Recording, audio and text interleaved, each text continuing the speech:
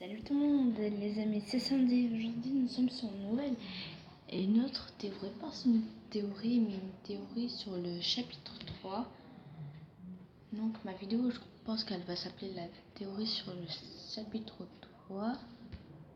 Donc bon, je voulais juste m'excuser pour la théorie sur Yeti Toubi parce que en fait j'ai au lieu de dire unité 447, si je me attendais.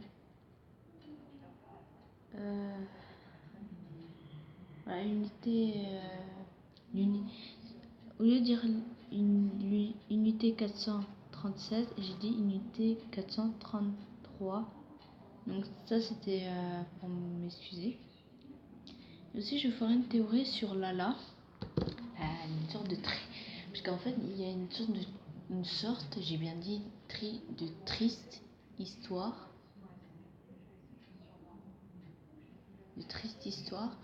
sur Lala quand elle était monstre, voilà et tout.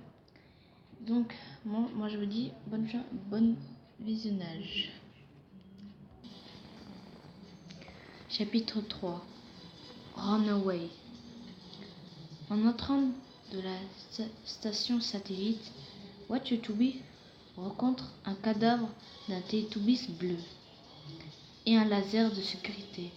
L'objectif ici est d'atteindre dans le centre secret pour contacter l'armée. Auparavant, il tombe sur un Télétoubis bleu blessé mi-vivant nommé Ron. Il explique que les autres cadavres sont des travailleurs des centres secrets, mais ont été tués par un monstre vert sans tête avec une tronçonneuse. Ron explique également que la seule façon d'entrer dans le centre secret est d'obtenir la carte clé d'un cadavre mort. Ron est ensuite tué par le monstre.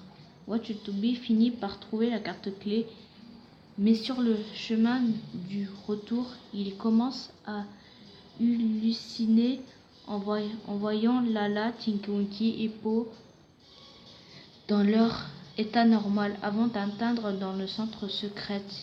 Il voit une hallucination de Dipsy qui clignote et révèle que le monstre était un Dipsy sans tête. Après avoir conduit le monstre au laser, une fois entré dans le centre secret, le joueur rencontrera une grande salle avec une trompette vocale au milieu de la pièce et Nono.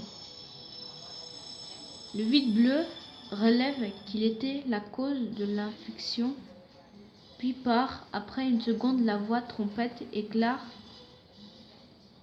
de la terre apparaissent comme un énorme robot avec une trompette comme une tête nommée l'ascenseur. Après avoir vaincu The Ascenseur, Watchetobi va arrêter Nono et avoir une conversation où Nono révèle qu'il a créé une armée de newborns qui va se propager à travers le pays. Le joueur a ensuite deux choix pour suivre ou rejoindre l'équipe de Nono ou refuse et se battre. Option 1, lutte.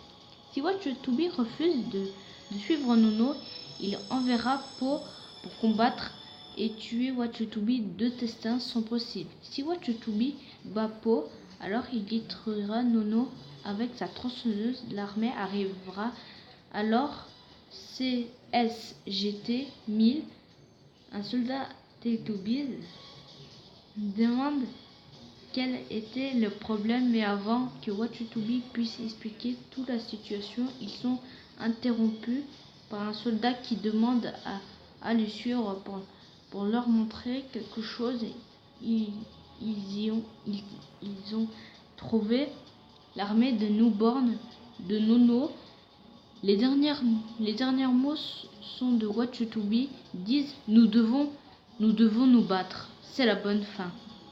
Si le joueur est tué par la phase finale de Po, l'armée arrivera plus tard que sera envahie par l'armée de Newborn, puisque Wachitubi n'est pas là pour les aider. Les derniers mots de SGT 1000 sont Dieu nous aide. C'est la mauvaise fin. Option 2. Suivre. Si Wachitubi choisit de suivre Nono, alors la scène suivante sera sur le toit de l'installation de Custard où Nono et Po sont à. Nono explique que Wachitubi doit manger la crème pour devenir un rané puisqu'il n'est pas pur. Deux destins sont possibles. Si Wachitubi choisit de les rejoindre, il mangera une crème et sera vu avec des yeux vides de sang. Comme l'écran devient noir, Nono dira qu'il sera le plus grand renaître de tous. C'est la fin du mal. Si Wachitubi refuse, alors Po coupera ce dernier en deux, provoquant le retour de la crème anglaise. Le Wachitubi est alors vu, révélant être le Clawar-Tubi. Comme l'écran est noir, la créature grogne. Nono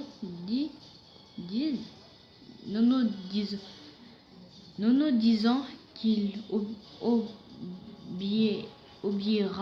obéira à son ordre. C'est la fin. Regretulf. Enfin, je pense que ça se prononce comme ça. Bon, de retour les amis.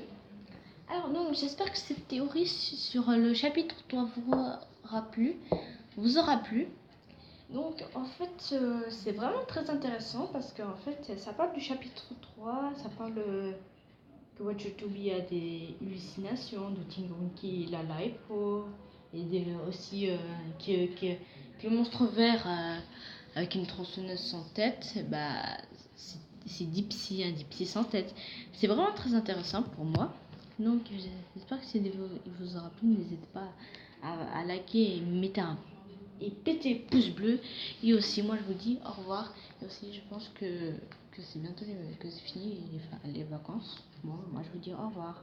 Bye.